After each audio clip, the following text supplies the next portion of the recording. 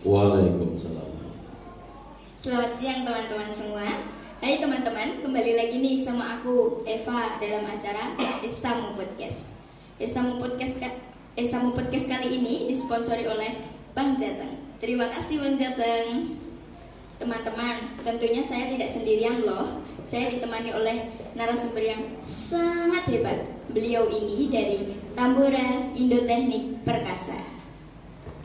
Teman-teman, kita beri kesempatan dulu untuk narasumber memperkenalkan diri ya. Silakan Bapak. Ya, terima kasih. Selamat siang. Assalamualaikum warahmatullahi wabarakatuh. Waalaikumsalam. Terima kasih telah diberi kesempatan untuk sharing, berkumpul dengan teman-teman sekalian. Perkenalkan, nama saya Ipong Fandi Sulaiman, tapi kerap dalam dunia bisnis kita punya branding, sehingga kita punya nama panggilan Mas Bumi gitu. Jadi mungkin nanti kalau teman-teman sekalian ketemu kita di jalan bisa saling sapa Mas Bumi gitu aja. Seperti itu. Bumi, ya. Nah, itu dia. Teman-teman, podcast kali ini bertema Entrepreneur in the Millennial Era bersama Bapak Ipong Fandi Sulaiman. Teman-teman, kalian pasti penasaran kan sama podcast kali ini? Tetap stay tune ya. Oke teman-teman, segera kita mulai ya. Aku akan langsung berbincang-bincang dengan Bapak Bumi. Assalamualaikum Bapak. Waalaikumsalam warahmatullahi wabarakatuh. Selamat siang Bapak. Selamat siang. Apa kabar? Alhamdulillah sehat. Kita langsung saja berbincang-bincang ya Pak. Baik. Kalau boleh tahu nih, usaha apa yang dijajaki Bapak saat ini? Usaha yang sedang kita concern saat ini, kita manufaktur atau pembuatan mesin untuk skala industri. Biasanya untuk UMKM dan industri-industri kreatif atau industri pengembangan lainnya biasanya. Jadi sifatnya kami di teknik, mesin teknik ya. Oh baik. Kalau boleh tahu itu tempatnya di mana ya Bapak? Kebetulan kita lokasi di Dukuh, RT 2 RW 3, masih di daerah Dukuh, Mojolaban. Iya. Kalau boleh tahu nih Pak, Ya. gimana ceritanya Bapak bisa terjun ke dunia kewirausahaan seperti saat ini? Apa memang cita-cita dari dulu atau memang gimana nih Pak? Boleh bisa diceritakan? Baik, perjalanan kita memang tentu tidak mudah sampai akhirnya kita berwirausaha saat ini, sehingga memang yang sebenarnya notabene mungkin sama kepada kayak teman-teman pada umumnya ketika kita lulus sekolah masuk ke dunia perkuliahan seperti itu dengan jurusan yang kita pilih, lalu lulusnya kita di jalur yang sama. Itu mungkin harapan semua orang. Tapi memang era global ini membuat kita harus mampu bersaing dalam semua kondisi. Tentunya sampai akhirnya arahnya kami menjadi seorang wirausaha itu pun juga ditempa dari proses yang memang tidak mudah. Sehingga kalau dibayangkan apakah wirausaha ini sebuah cita-cita, sebenarnya bisa kita katakan tidak. Tetapi tentunya pertimbangan kita adalah menuju kehidupan yang lebih baik, sehingga menurut kami bahwasanya ketika kita bisa memberdayakan lingkungan sekitar, memberi manfaat kepada halayak luas, saya rasa itu jauh lebih bermanfaat dibanding mungkin kita ikut sebuah perusahaan atau corporate seperti itu. Jadi itu atas dasarnya seperti itu. Nah, begitu teman-teman. Bisa diceritakan tentang perkembangan usaha Bapak saat ini? Tentunya menjadi wirausaha itu sebuah perjuangan ya Mbak, dalam konteks bisnis apapun sebenarnya. Sehingga ketika kita mengacu kepada era saat ini yang secara industri masif, saat ini kita dijajah dengan produk-produk impor. Kami sebagai salah satu perusahaan lokal, company yang berusaha mendobrak itu. Tentunya dengan kondisi yang ada kemarin, kita melalui semua bersama teman-teman mengalami kondisi pandemi hampir 2 tahun lebih ya, yang memberhentikan semua sektor usaha apapun. Ditambah kami sebagai produsen untuk produk yang konsumtif, tentunya ini menjadi PR yang sangat berat. Tapi pada dasarnya kendala itu memang harus diselesaikan. Artinya apakah kita akan tetap fight atau kalau kita menyerah ya selesai berarti. Tapi kalau kita mau terus berjuang, ayo, masih ada kesempatan. Artinya ini sudah masuk ke era endemi, semua bisa berbenah dalam sektor usaha apapun, termasuk kami sebagai pelaku di dunia industri teknik tentunya, karena kembali lagi awal mula kita memulai usaha ini tentunya dengan darah dan air mata lah gitu kira-kira. Jadi kita nggak mungkin berhenti sampai di sini seperti itu. Wah, bagus sekali ya teman-teman. Jika kan kewirausahaan itu ada suka dukanya, Bapak. Betul. Bisa diceritakan kepada teman-teman Islam semuanya?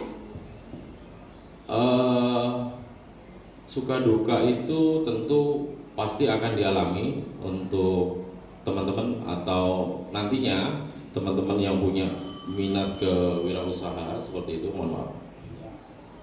Sehingga maksud kami dalam hal ini memang kondisinya adalah suka dukanya yang kita alami, khususnya kita tentu 2 tahun terakhir ini mengalami pandemi. Banyak proyek-proyek yang beberapa itu di hold atau ditahan dulu, atau justru malah di cancel. Jadi sempat cerita 2019 awal sebelum masuknya pandemi memang kita sudah running untuk persiapan beberapa proyek rumah sakit, resort, hotel, yang tentunya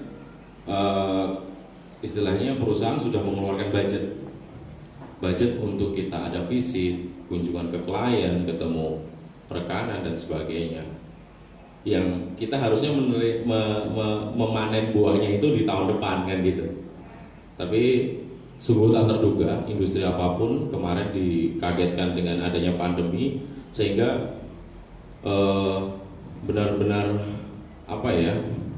shock terapi ya, ini istilahnya shock terapi untuk kita semua, sehingga proyek yang sudah kita persiapkan ini tertahan seperti itu, dan bahkan sampai sekarang masih belum ada kelanjutan seperti itu. Jadi suka dukanya ya kurang lebih seperti itu sih. Baik Bapak. Lalu bagaimana cara Bapak untuk mengatasi kendala-kendala seperti itu? Adakah usaha lain atau gimana? Bisa diceritakan?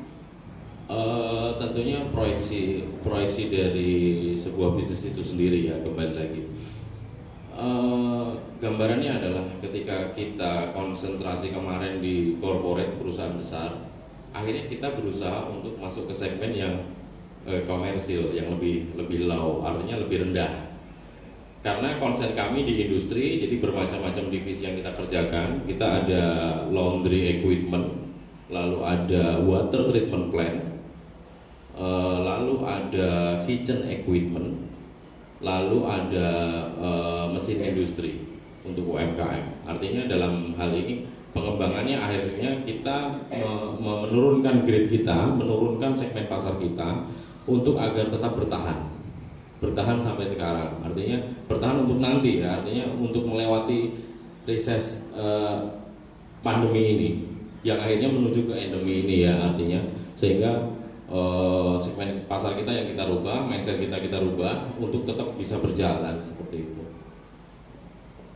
Baik, itu kan produknya itu ada pemasaran ya Bapak? Betul. Itu cara pemasarannya via online atau via diedarkan melalui brosur-brosur atau gimana Bapak?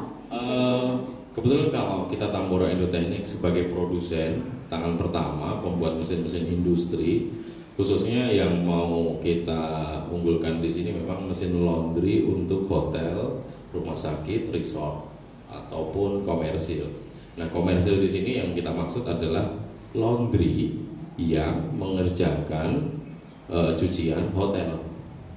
Jadi dari mulai tahun 2010 bisnis pariwisata itu juga berkembang, yang dimana nilai investasi para investor itu tidak hanya ke fisik atau building saja, tetapi mereka mengurangi atau meminimkan investasi di hotelnya, sehingga unit laundry itu tidak diadakan oleh hotel karena memang laundry ini memakan tempat. Karena mesin yang kita kerjakan atau mesin yang dibutuhkan di hotel itu memang kapasitasnya besar, dari 30 kilo sampai 100 kilo, sehingga pantas layaknya hotel memang meniadakan divisi laundry. Nah, sehingga itu menjadi industri pasar yang memang menarik untuk 10 tahun ke depan ini. Jadi banyak laundry komersil yang dia mencuci kiloan dan mencuci linen hotel seperti itu. Dan untuk pemasaran, untuk pemasaran kita selama ini ada beberapa tipe yang kita memang kerjasama dengan perusahaan-perusahaan alat kesehatan ataupun prinsipal seperti itu. Lalu atau karena kita punya lini masa sendiri ya, ada Instagram tamboraindotechnicofficial.com official. Lalu untuk Facebook kita Tambora Indotechnic. Jadi karena Pak Jokowi tahun ini memang mengincarkan program TKDN, jadi teknologi dalam negeri, itu yang memang dikejar Pak Jokowi tahun ini, sehingga itu adalah peluang dan nafas segar kami untuk berkompetisi dengan produk-produk impor seperti itu. Sehingga kalau dibilang pemasaran seperti apa, kadang banyak klien yang datang ke workshop kami atau kita visit ke hotel, ke rumah sakit tersebut untuk kita proyeksikan kebutuhannya apa, biasanya seperti itu. Walaupun di online pun, secara online e-commerce kita belum ada karena sistem mesin kita saat ini masih by PO seperti itu. Nah, untuk modalnya sendiri, modal terbesar menurut Bapak itu apa? Modal? Iya. Modal terbesar adalah seorang wirausaha adalah mental. Karena mental ini yang akan menentukan sejauh mana perusahaan ini akan berdiri. Karena modal saja tidak cukup. Bahkan banyak kisah orang-orang yang sukses terdahulu itu memang malah kadang nggak punya modal. Karena mereka hanya bermodal dengan mental yang kuat untuk siap bersaing di kancah global gitu. Karena sejauh ini sih itu pelajaran yang kami terapkan untuk perusahaan kami, kurang lebih seperti itu. Baik. Menurut Bapak, kan Ya. mendirikan sebuah usaha itu harus memiliki support. Betul. Support terbesar dari Bapak itu apa ya? Siapa? Support terbesar tentunya keluarga, orang tua, lalu walaupun gini ya, dinamika dalam sebuah wirausaha itu unik. Bahkan kadang saudara itu tidak support. Kadang saudara itu malah menjadi pengganjal. Itu juga ada kenyataan seperti itu. Artinya saya ngomong apa adanya. Jadi kadang lingkup terdekat kita ini bahkan justru menjadi penghalang, kadang itu juga ada. Sehingga kalau Mbak tanya support kita dari mana, tentunya dari orang-orang baik yang selama ini support kami ya, termasuk lingkungan, lalu pertemanan dan sebagainya. Karena tidak banyak kita selalu merepotkan teman-teman itu dulu di awal ketika kita mau berdiri tegak sampai sekarang, justru malah support teman-teman ini lebih banyak kadang seperti itu. Baik. Bapak pernah terlintas nggak sih untuk berganti bidang usaha atau memang fokus ke situ saja? Pada dasarnya iya, itu memang sebuah ujian ya dalam sebuah berwirausaha ketika kita dihadapkan dengan apa ya, dengan situasi yang katakanlah ada poin-poin yang memang menjanjikan kita harus keluar dari rel ini. Tetapi kita harus kembali lagi di awal, kembali lagi ke konsentrasi kita, fokus kita. Tentunya dengan pasti ya kita realistis membaca market ini kedepannya seperti apa. Artinya tergoda ini dalam arti tergoda untuk melihat potensi yang lebih besar, atau kita memang sudah tidak bisa mengolah ini seperti itu, atau menyerah, lebih tepatnya lebih ke menyerah ya, seperti itu. Cuman kalau di kami kadang godaan itu lebih ke dari sisi merubah konsentrasi kita untuk jadi nggak fokus, kira-kira seperti itu. Jadi selama ini walaupun ada, kami tetap berusaha untuk fokus dalam bidang yang sudah kita kerjakan, kira-kira seperti itu. Nanya lagi nih Pak, Ya. strategi apa yang Bapak gunakan untuk bisa bersaing dengan pasar-pasar di luar sana? Bisnis itu unik karena kadang ada konsumen yang dia pilih beli barang mahal, kan gitu, daripada barang yang murah. Nah, ini memang yang terjadi dalam sebuah bisnis seperti itu. Tetapi kuncinya adalah bagaimana kita bisa meyakinkan klien tentang produk knowledge kita, lalu layanan kita, apa yang kita tawarkan lebih dari mereka, seperti itu. Jadi kadang itu klien itu nggak butuh murah, tapi dia butuh trust, butuh kepercayaan, karena bisnis ini kan jangka panjang ya. Artinya semua kemungkinan itu ada, sehingga maksud kami dalam hal ini, kalau di Tambora yang selama ini kita jalankan, kita kedepankan trust terlebih dahulu daripada kita bersaing dari sisi harga, seperti itu. Jadi kepercayaan klien kepada kami itu penting, seperti itu. Nah, gimana caranya Bapak untuk meyakinkan para klien itu agar mereka membeli dan yakin kepada barang yang Bapak jual? Tentunya dengan populasi unit-unit yang sudah kita jual tersebar di seluruh Indonesia, beberapa hotel, rumah sakit. Artinya referensi beberapa proyek yang sudah kita kerjakan, lalu bagaimana kita cara menyampaikan, karena ada beberapa tipe konsumen ataupun klien itu juga yang sifatnya mereka baru belajar mau masuk ke industri ini. Ada yang mereka hanya ingin membandingkan produk kita dengan produk yang lain. Jadi bermacam-macam, tergantung tipe konsumen atau klien itu seperti apa. Tinggal bagaimana, kalau tujuan kami memang selama konsumen ini belum yakin, jangan beli. Karena investasi di sini juga bisa dikatakan cukup besar. Karena gitu, karena sehingga maksud kami jangan buru-buru tergiur oleh proyek besar, karena kaitannya nanti di jangka panjangnya, seperti itu. Nah, begitu teman-teman. Pasti kalian ingin tahu tips and trick menjadi wirausahaan sukses seperti Bapak Bumi. Silakan Bapak diberikan tips and trick untuk teman-teman semua. Tips dan trik untuk teman-teman, mungkin untuk menambah wawasan pada teman-teman semua. Tentunya pastikan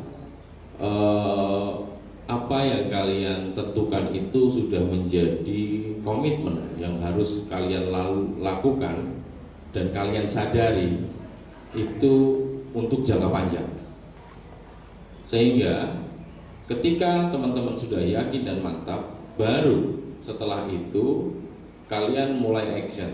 Nah, dalam hal ini bisnis apapun, usaha apapun, kalau kita tidak fokus, tentu ini akan menjadi dilema ya di kemudian hari. Entah bisnis reseller, karena banyak saya melihat saat ini memang teman-teman yang dalam masa-masa SMA ini juga iseng-iseng jualan, ya kan, jadi reseller. Kalian harus pelajari itu supplier kalian harus pelajari sumber dari yang kalian ambil, apakah kredibel, apakah memang bisa diajak kerjasama, karena bisnis ini soal komitmen. Walaupun teman-teman tidak memproduksi, hanya menjualkan, tapi kalian harus punya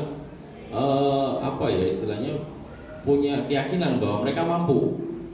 Katakanlah saya mau order sekian pieces, karena kalau saya melihat kebetulan adik saya Puri ini kan jual casing, katakanlah seperti itu. atau jual tempered glass atau apalah yang sifatnya harus beli di tempat lain, pastikan cari supplier ataupun rekanan itu yang mereka bisa datangnya lebih cepat, karena kalian harus segera jual lagi seperti itu. Nah, ini PR. Artinya usaha apapun, bisnis apapun, ketika kita fokus, kita tahu proyeksi pasarnya, tentunya itu dulu. Sebelum kita mau melangkah ke sebuah wirausaha, tentunya kita harus tahu bisnis ini nanti bisa bertahan lama nggak, bisnis ini nanti oke nggak, dengan modal segini nanti worth it nggak. Nah, itu kalian harus pikirkan matang-matang, karena banyak juga bisnis yang tanpa modal gitu loh, dan banyak juga yang berhasil. Artinya apalagi teman-teman ada dari sisi modal mungkin.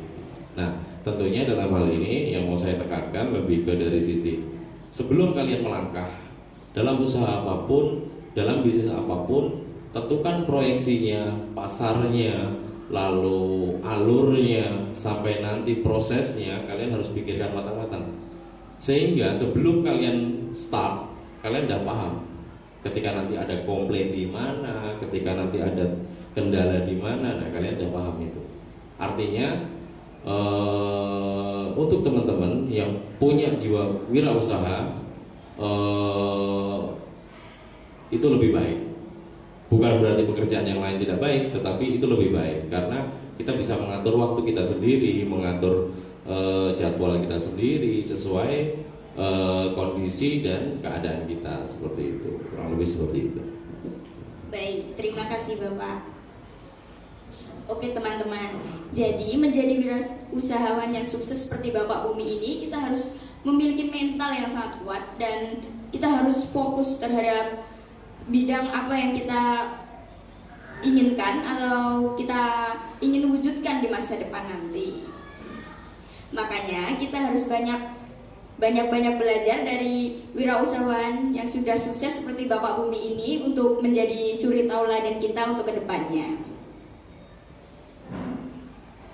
Dan jangan lupa teman-teman untuk nantikan Esamu Podcast selanjutnya. Jangan lupa subscribe Esamu Podcast selanjutnya ya, atau saat ini juga. Akhir kata aku pamit undur diri dulu. Terima kasih untuk Bapak Bumi yang telah sharing-sharing kepada teman-teman Esamu semua. Iya, sama-sama. Dan buat teman-teman semua, sampai jumpa di acara Esamu Podcast selanjutnya. Wassalamualaikum warahmatullahi wabarakatuh. Waalaikumsalam.